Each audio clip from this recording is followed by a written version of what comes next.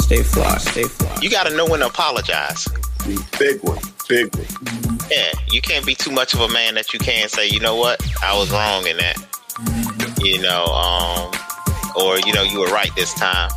Even if you say you were right this one time. And so when you start taking their power away, you actually make them retreat more and more. And so we have to give the power back or empower them more by letting go of who we naturally are. You're listening to The Fly Guy Show.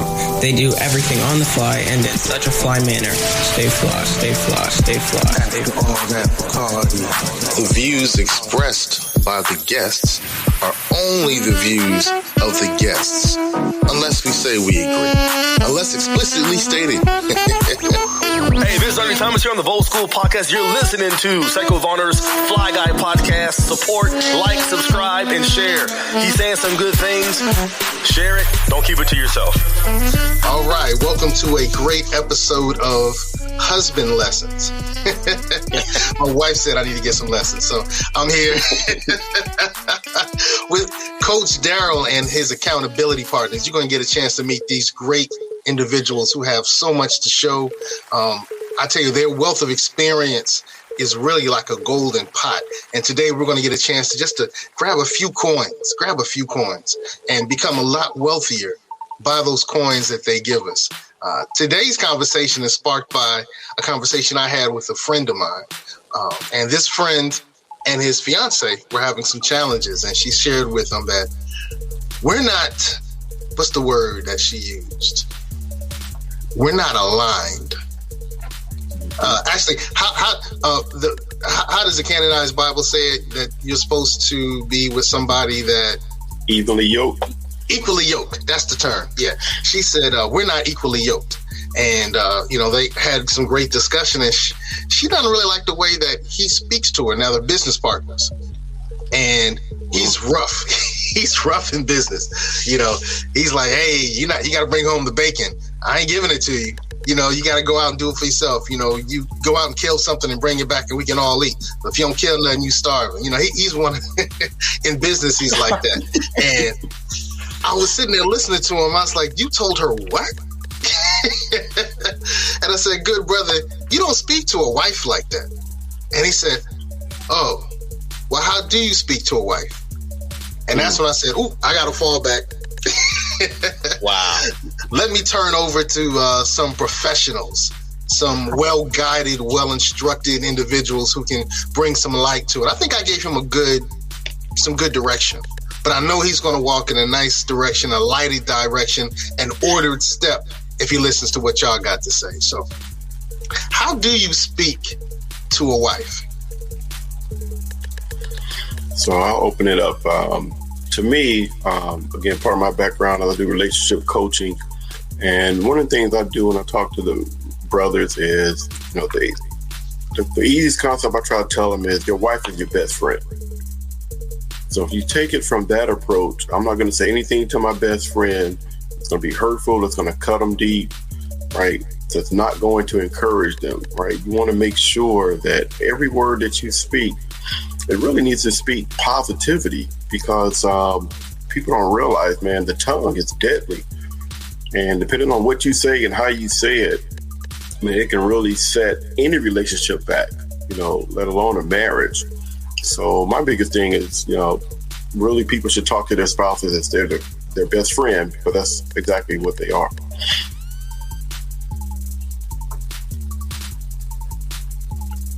I'll jump in just because you were talking about a relationship. He has a relationship with his wife in business, and my wife and I are also in business together. Good example. And so, I think the biggest thing is, just like Durrell was saying, obviously, is the positivity and showing support. I think the biggest thing that I've learned, and I didn't realize until I got married or was in a relationship, is also the tone in which you use with your wife is also very important. You have to, you have to, if you ever heard your mom say, watch your tone, it's a true statement, because your tone can present something that is not necessarily what you're trying to portray. because a lot of times the wrong tone will take the conversation the wrong direction. And so I take a lot of time and think about exactly how I want to say this in the correct tone that doesn't cause a defense or cause negativity. So watching your tone is very important as well. That's nice. Willie, you want to jump in on that? Yeah, because I'm one for the tone thing. You have to watch your tone. But I started to answer the question to say, how do you speak to your wife? And I started to say very carefully. That's good. but you have to watch your tone. But you just have to speak to your wife in a manner that it draws her closer to you. Nice. And not push her away from you. So in that supportiveness, you got to make sure you're supportive. And one thing I had to learn is that some things that are I'm not that sensitive to, she's very sensitive to.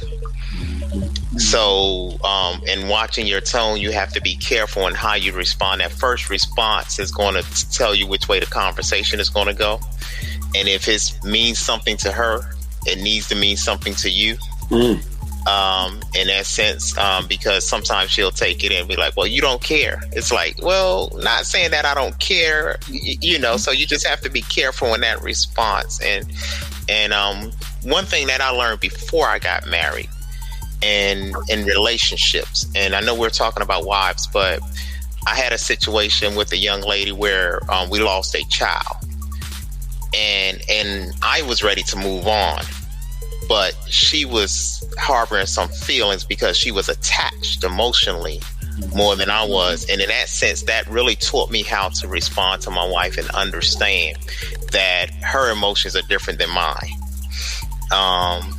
In that sense. So just know your wife and understand that she's there as a support and you're there as a support. Nice, Wayne. Whoa. Before anyone else taps in, Brother Wayne, I just had to highlight that. If it means something to her, it should mean something to you. I told you you're going to get some gold nuggets. Brother Wayne, what says you? I like to stay with that thought, because if it does mean something to her, and if you ignore it or you bypass it in a way that that she doesn't feel you got it, then you pretty much lost her at that point, and it's not going to work out for you. You have to be in that moment with her until she feels comfortable. I like to tell people, give them what they need to move on. So, help her to get to that next place with wherever she's at.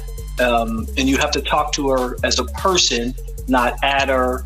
You have to use, some tag. You have to stop talking at times and just listen, and that may be big for you. Talking to your wife is listening, and then trust her and believe her. That to me would be some things to consider. Wow. Trust and believe her.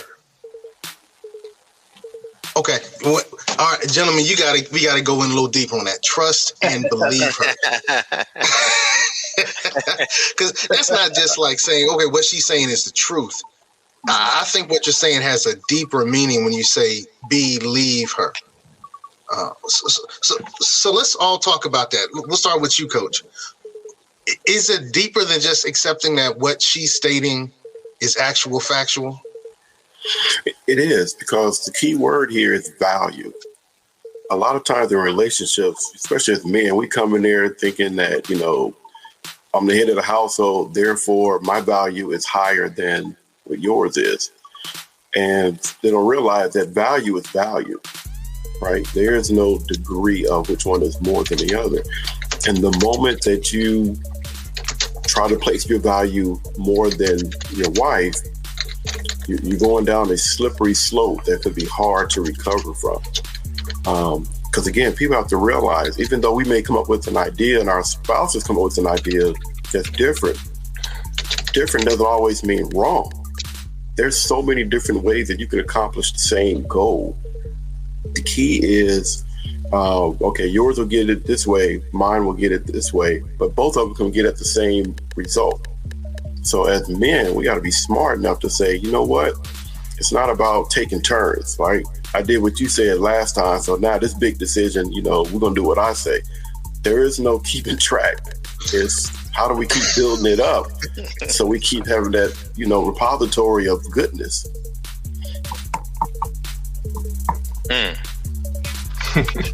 So there's no true 50-50. Not fair. Ooh. There you go. It's not my turn this time, your turn next time. It's not a 50-50. I always tell people in that relationship, and you talk to her, it's 100-100. There you go. You give it your all, she gives it her all. But when you and that's something deep, Darrell, when you said the value her opinion. Because I know, and speaking from me personally, I could be strong-willed, strong-minded. I won't, my younger partner in here, Mo Dunn, very disrespectful to his elders, but he always says that Willie, you have an opinion. You have to learn how to keep that opinion sometimes to yourself. And allow her to how flourish or to blossom, to grow. And it's not you might think you're the man beating your chest. The Bible says I'm the head. But the Bible says as you follow Christ, and if you're following Christ, your heart is with Christ, your heart will be with your wife. There you go. So it's good. Mo? I was just going to add, like, all of these things, as I was thinking about this question, you have to study your wife all the time. Like, hopefully before you got married, you studied your future wife. But even in the process of being married, you have to study, because both you and her are going to grow and change. Things are going to happen. When I got married, it was just me and my wife, and then we had a child, and that produced some change. But it is really about learning your wife, learning your wife's history, learning where she's coming from, how her family has interacted with her, how her friends have interacted with her. That's the studying part, and that helps with the communication when you get into marriage. And what I see a lot is a lot of people, they just don't, they studied their wife to win them over, and then when they get in marriage, they just stop. And you just have to constantly be engaged to learn more about your wife and really get to those deeper things that are there. And as soon as you can start to learn some of that, then you can really start to better your communication with her.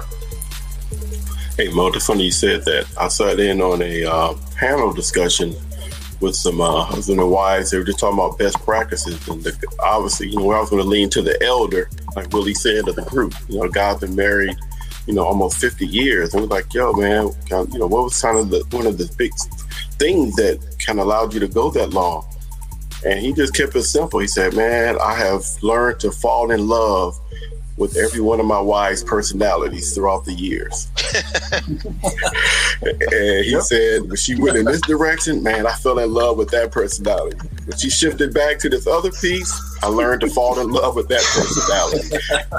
And he said it kept him fresh every year, because now instead of worrying, it was anticipation. Man, what is she going to turn into this time? What's going to be her thing?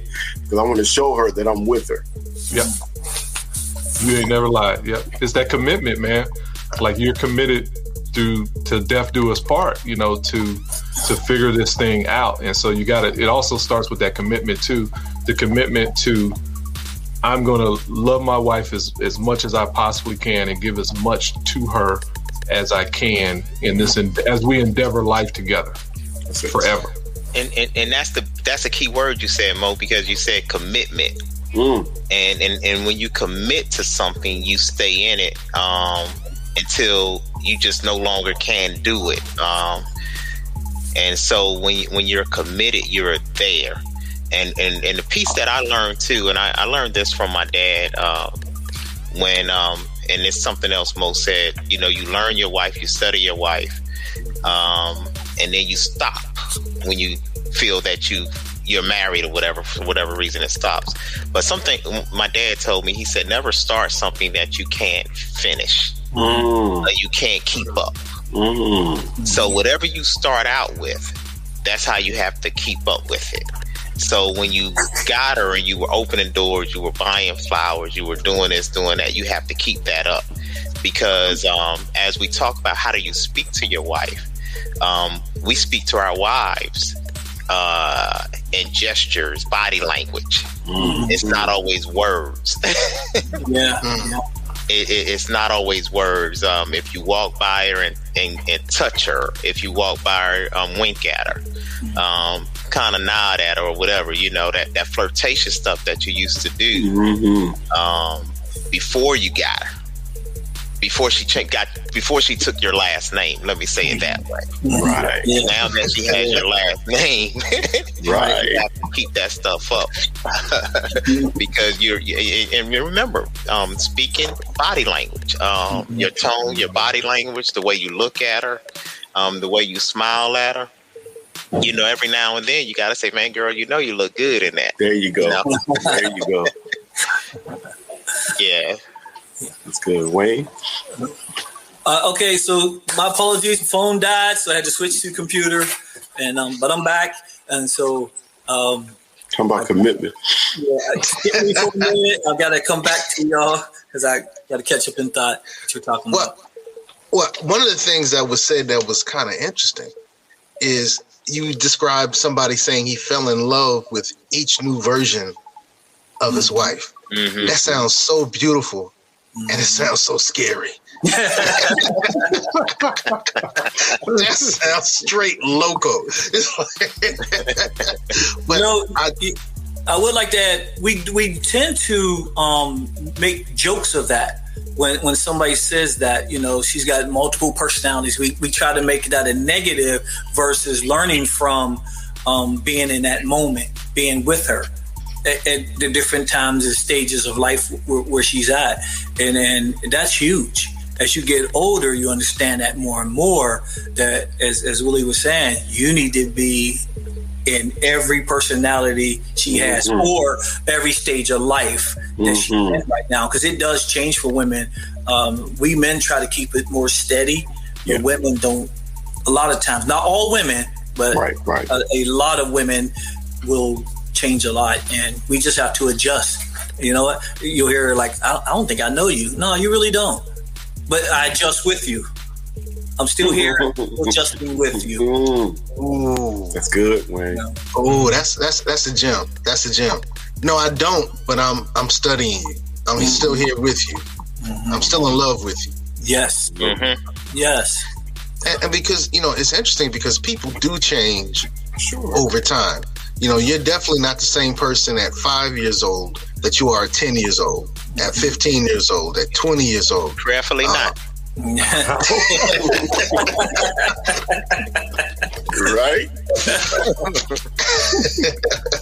Thank God I ain't 20 no more. Right. 30 was good. 30 was good. 30 was real good. I enjoyed the 30s. But how do you fall in love with a new iteration of your wife when you were madly in love and attracted to the first iteration? I think one thing, Seco, is you got to look at it from their perspective.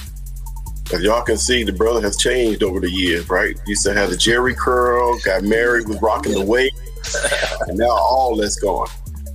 So sometimes we have a tendency to not look at how they look at us. So it's like the same way they adjusted to us, we got to reciprocate that love.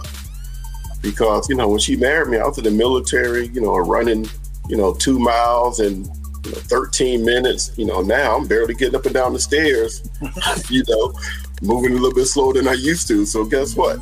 She's learning to re-love me as well, because I don't do the same things I used to. I don't even look the way I used to look, right? But sometimes as a man, we just so into, that physical piece, and we have to grow from that and know that we married every part of our wives, just like she married every part of us.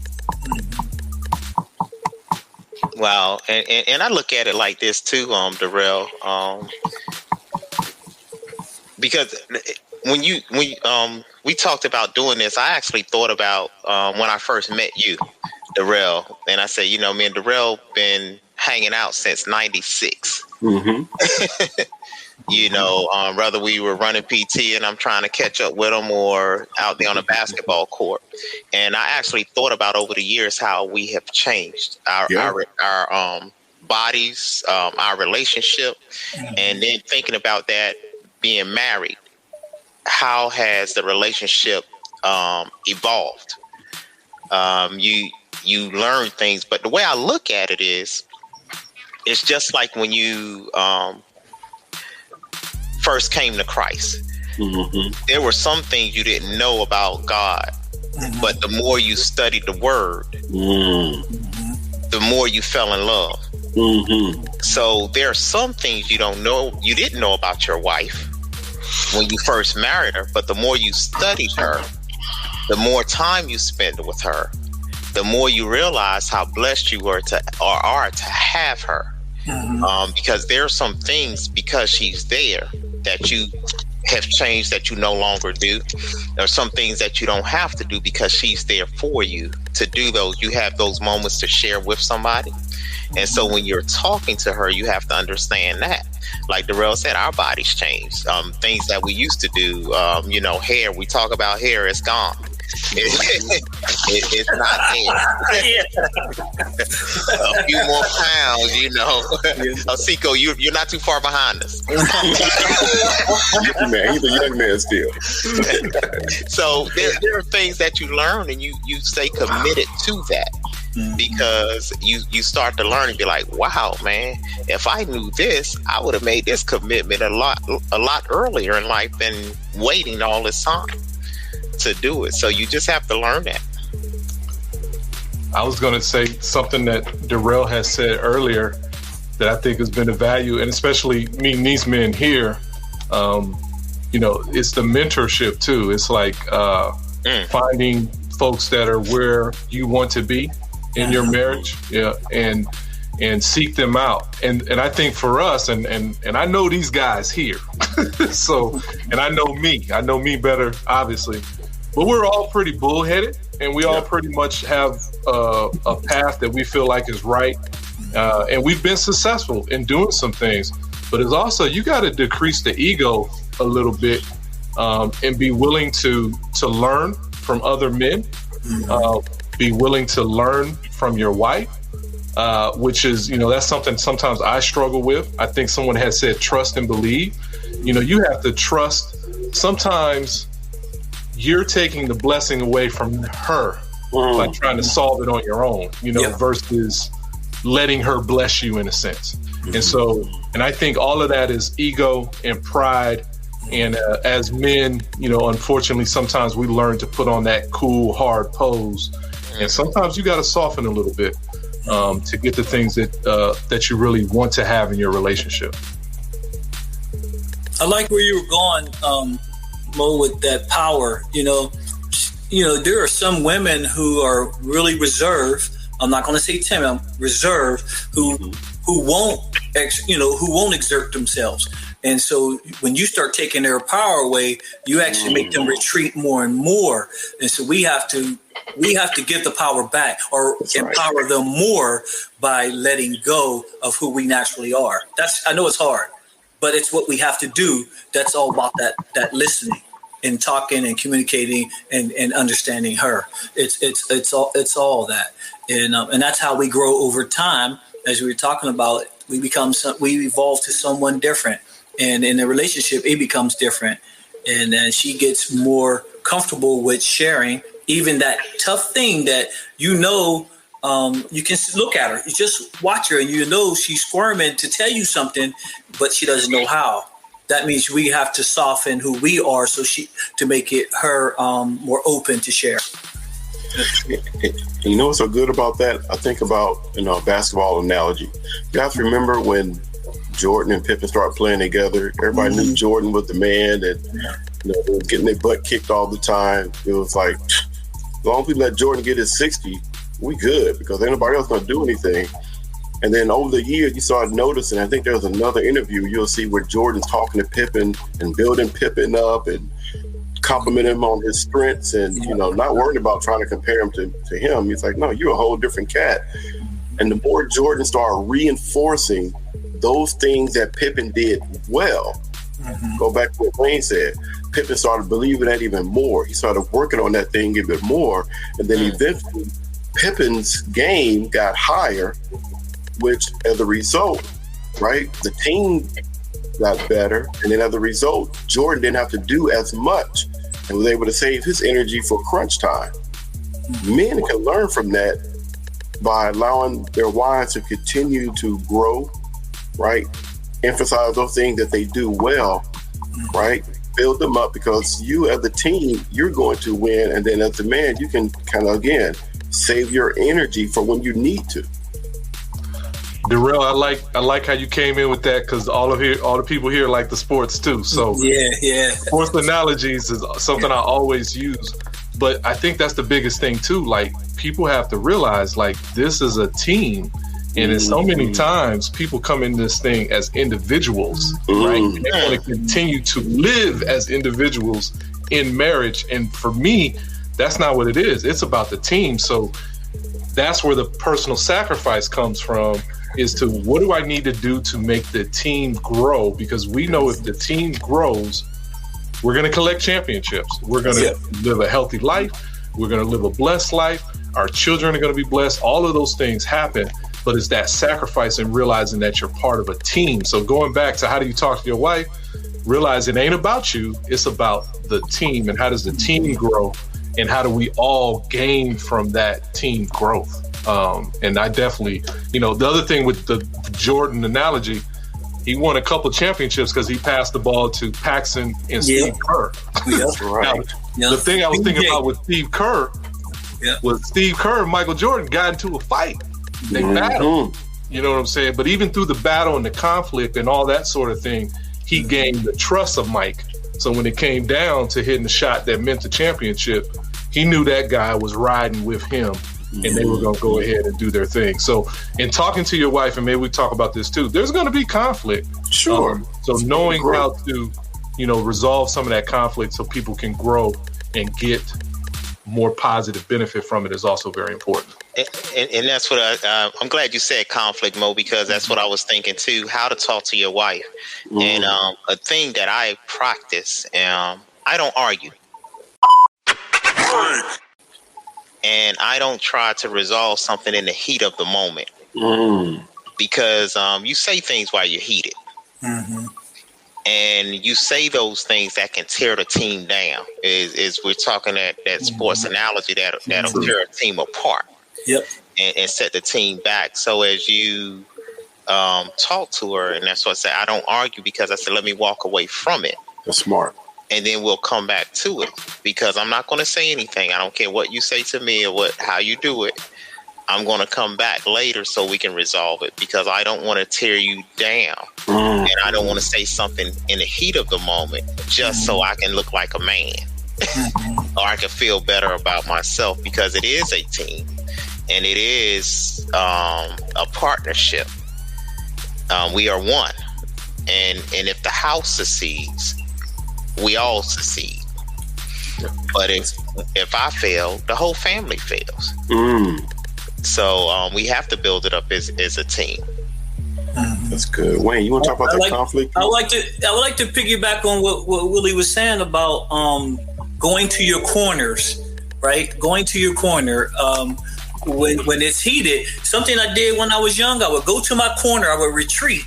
As I got older, middle of the years, I didn't retreat so much. Towards the end, I was getting even less. So I'm telling you need to retreat, and so that she can still regain her power and be still in the moment. Y'all both have to separate, because to keep the conflict going is not helpful to anyone.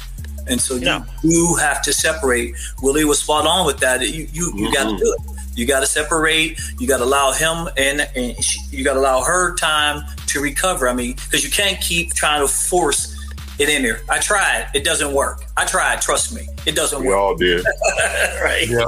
And that's what I say. When you do that, and all of us can witness it, no matter how many times I come back and apologize, the relationship isn't like it was. Damage is done. The damage is done. Yep.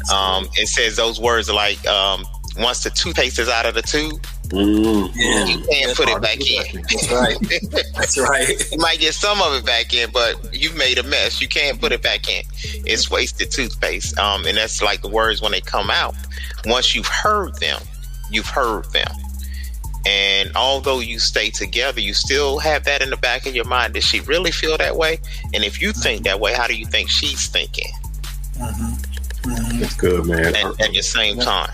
Yep. Well, that's so true. I remember an older guy one time, we were just talking, and he was like, yeah, young buck, you got to learn, those things that's going to, allow y'all to go, 40, 50, 60 years, right? And I'm like, like you said, younger, we think we know it all. Just like, well, I got to learn, I got to be the one that have to do this or do that. And man, he just laid it out so simple. He said, let me just ask you this question, right? He was like, do you want to be married or do you want to be right? And when he laid that out to me, I was like, what are you talking about? I'm already married and I want to be right. He's like, nope, you got to make a choice. Yeah. Which one is more important? To be right all the time or to be healthily married? And when he said it that way, it was like, well, man, I want to go the distance, right? I want to do, the long-term marriage. My dad, mom, they got divorced. So, my mind is already like, I got to go longer than that because, I'm not going to, that's one part I'm not going to fail in my life. Regardless of what happened there, my goal is, I want my kids to say mom and dad were together. So when you start thinking at it from his perspective, like, you want to be married, you want to be right. Man, that's a hard pill to swallow. Like Mo said earlier, you got to check your pride and be like, you know what? What's the overall goal here? Yeah. Wow. And go ahead, Mo. You get ready to say something? Yeah, I was. I think Maxwell wrote a book on that, being right versus being married. But then I also, something that triggered me, Darrell, was you talking about your past, right? Like your family past and how that also plays a role in communication, right? Like the things that you witnessed and seen, and you hope that you come into marriage and you're somewhat whole. You try to solve some of your issues and all that sort of thing, but most cases you haven't. So it's also studying yourself and growing yourself too. And that's why I think having a faith is so important, because I think that helps you to kind of examine where you've come from and what are your communication problems and issues that you witnessed and seen, and now you want to try to go and solve those things. I think it's also very important in how you communicate. How do you get your point across? How do you deal in a heated situation? Some people, it's fight or flight. Some people like to fight when it's heated. You can't do that with your wife. So, and something Mo said when we first started, he said, know her background. And then Durrell just came back and said, his parents were divorced. And see, that's another thing. And that's what I was laughing. I thought that's where Mo was getting ready to go, because in order to deal with someone, you have to know and understand where they came from to understand how they think. And so once you get there, you understand how they think. I remember when I got married, my wife's friend, she has a daughter doing great things, but she said she left home. And she said when she left here, she was that ride or die chick. She was right here.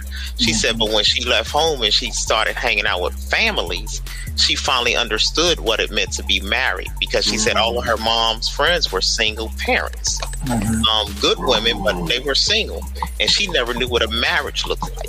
It's good.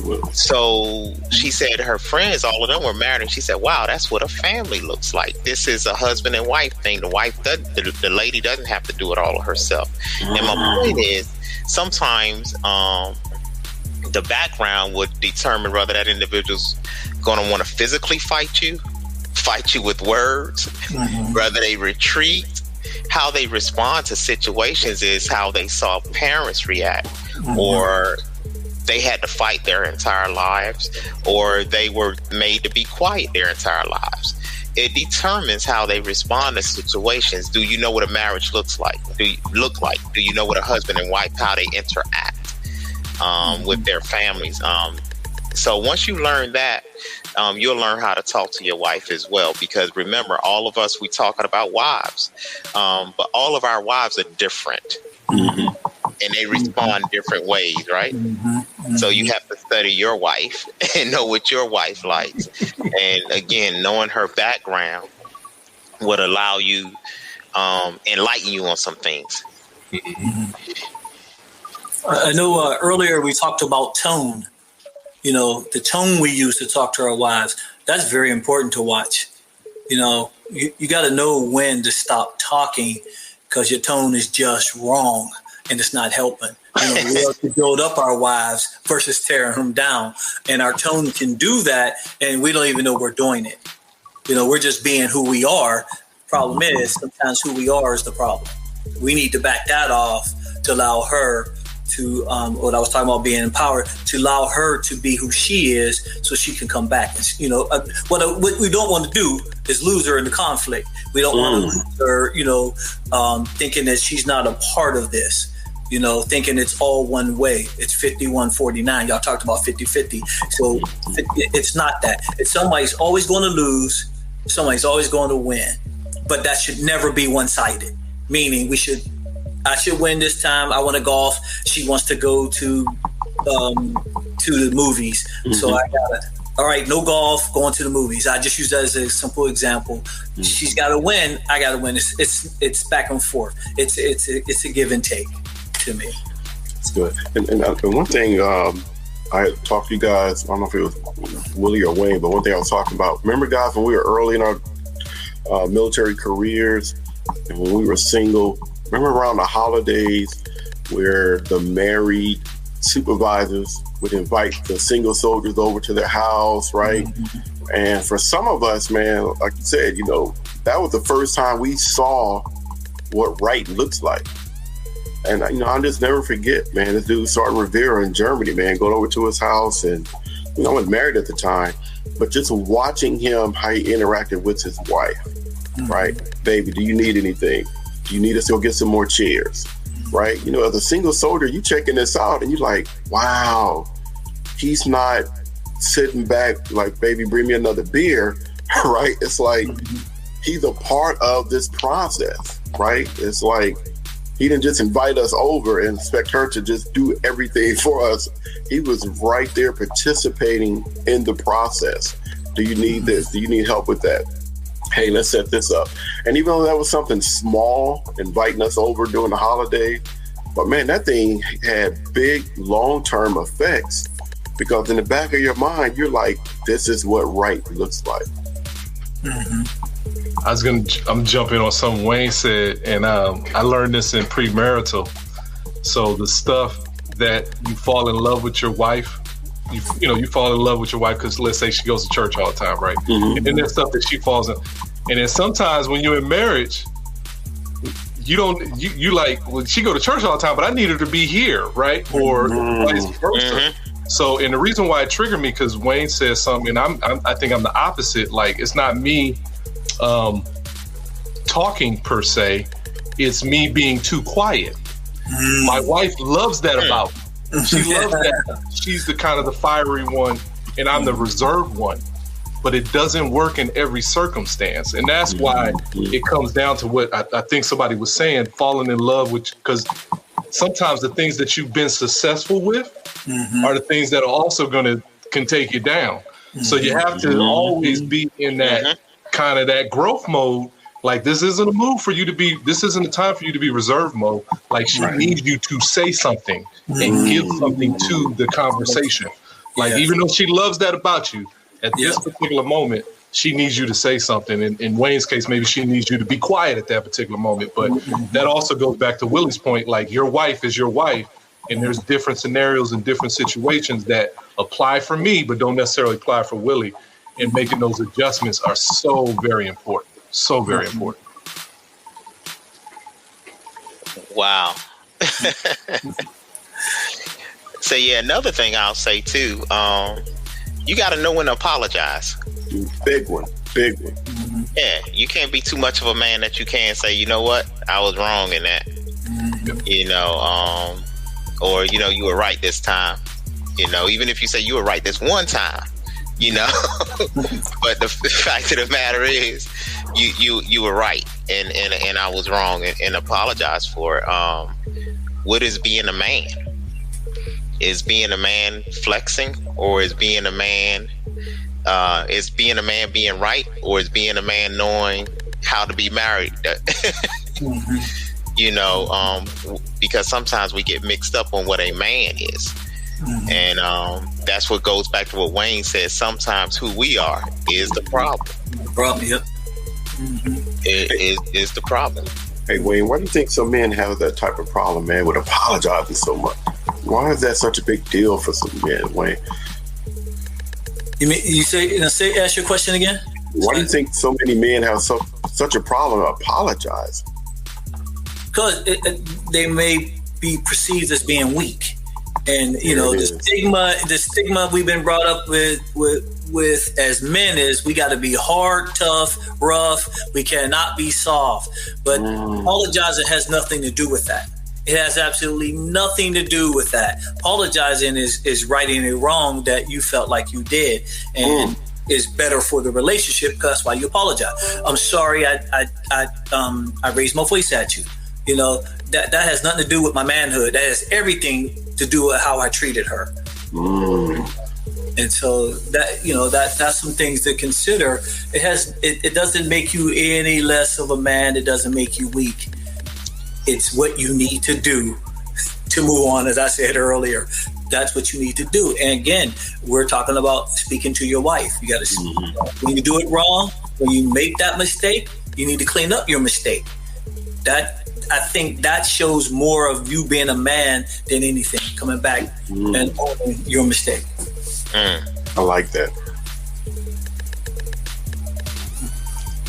Wow. Yeah, that was game changing. Yes, that was game changing. And I want to say that everything that's been said so far, I know that when my friend, not if, but when my friend watches this conversation, and if he allows himself to study his fiance and study their situation, you know, I just kind of want to go back through all the gems that were dropped. If it means something to her, it should mean something to you. Yep. Give her what she needs to move on. Yeah, because our women are going to be dealing with a lot of difficulty that they may hold a little longer than we will. But we need to give her what she needs to move on. Value is value. There's no degree. That's heavy. There's no true 50-50. Yo, that's a book. That's a book. I used to call that the greatest lie right there. Yep. I used to call that the greatest lie. That is true 50-50. Can never be that way. Wow. Hey, you have to study your wife all the time. Be willing to learn from other men. Be willing to learn from your wife. That's so. And just in that statement alone, that's like the concept of finding an accountability group, like you gentlemen have, accountability partners. You know, I think one of the scriptures says, "In the wealth of counsel there is safety," something to that degree. Yeah, you're right. Yeah. So That's heavy. That's heavy. Mentorship. That's heavy. That's heavy. Empower your wife. Now that's intriguing. Not just give her stuff. Mm-mm. Not just do stuff for her. Mm-mm. I gotta let that marinate. I let that breathe.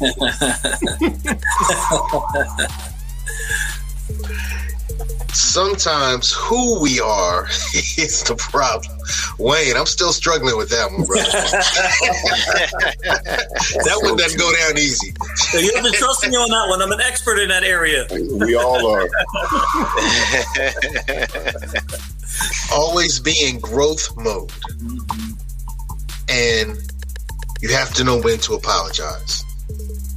Man, you guys I'm telling you, we had a pot of gold here, and I'm just pulling coins here and coins there. And I know that the wealth of my relationship and the wealth of my family is richer because of this conversation. Why don't we have one last closing statement to my friend. We're not going to name him. He'll remain nameless. I know his fiance is making him watch this. So. One last piece of advice to him and to all the other husbands who'll get a chance to be blessed by this. Let's start with you. Let's start with you, Willie. Oh man, I was hoping Darrell. I thought Darrell was the Really, aren't you the elder? Really, you're the elder, aren't you?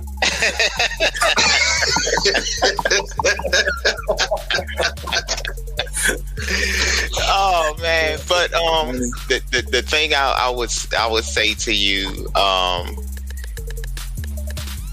how to say it? Know that you chose her; she chose you. Mm-hmm. Treat her like she means the world to you.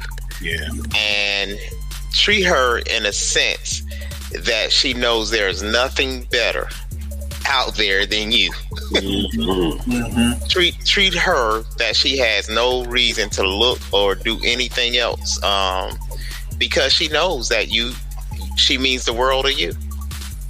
Keep her there with you. It's good. Wayne. You hadn't hit me second, huh? No, I do like where Willie went with that. She, where the Bible says she's a helpmeet to you. Allow her to be that. Don't crush her spirit when that's what she's doing for you. She can cover your blind spots if you allow her the freedom to do that. But when you start trying to crush her, stop her from being who she is and who she naturally,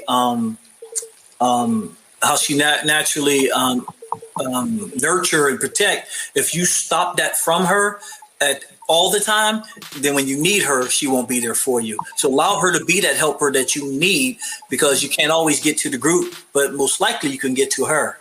So that's all into that communicating with her, speaking with her, talking with her, just relating to her, learning from her.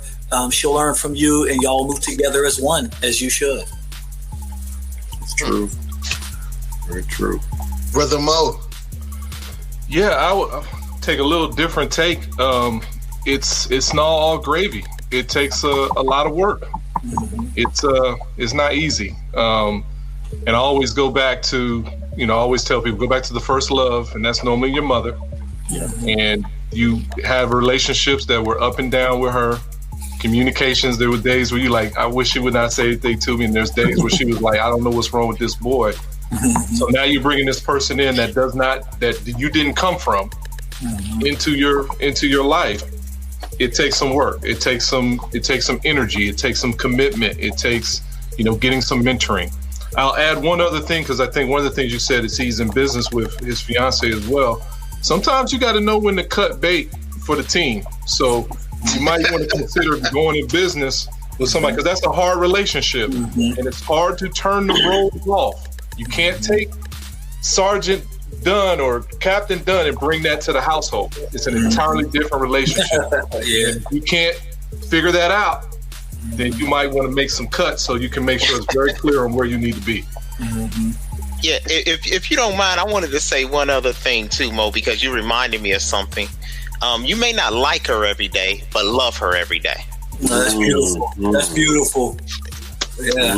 Yeah. When you said that, not talking, that's that thing. You may not like her all the time, but love her every day. That's real.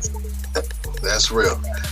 And I wanted to end with this young man, Coach Darrell Williams, because he said, I have some accountability partners. And I was like, whoa, you have accountability partners. I love it. That sounds like a gospel group, the accountability partners. And that's kind of what brought us to having this conversation. So, Coach Darrell, end this out, brother. No, I would just say that, if there's any brothers that's looking at this or that will look at this, and even young men that may say, well, I don't have a male in my life, right? All my teachers are female. I'm from a single parent home, whatever the case is.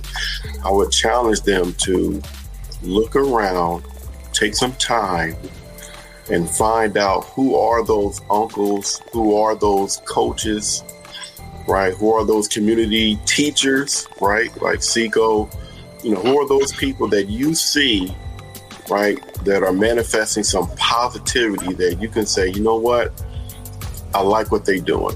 I like how he does that.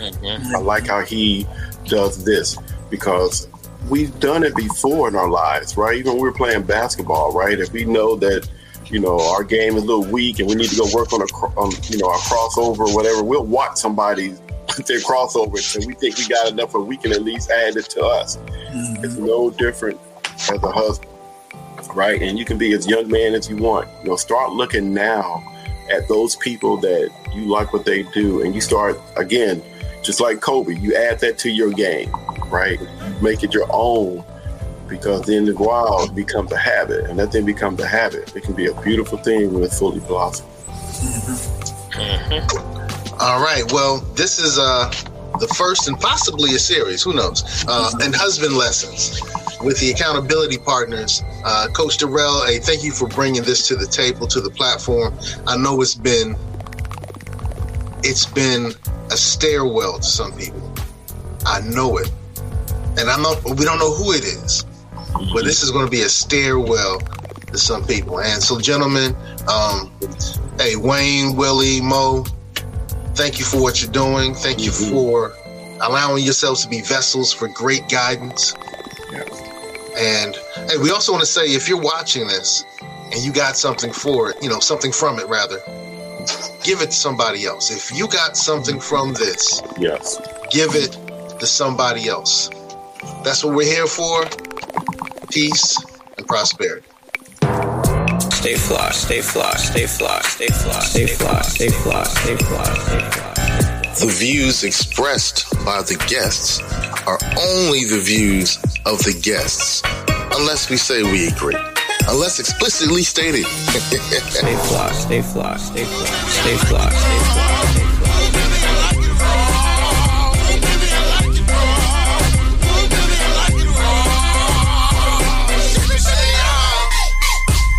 Stay conscious, stay fly.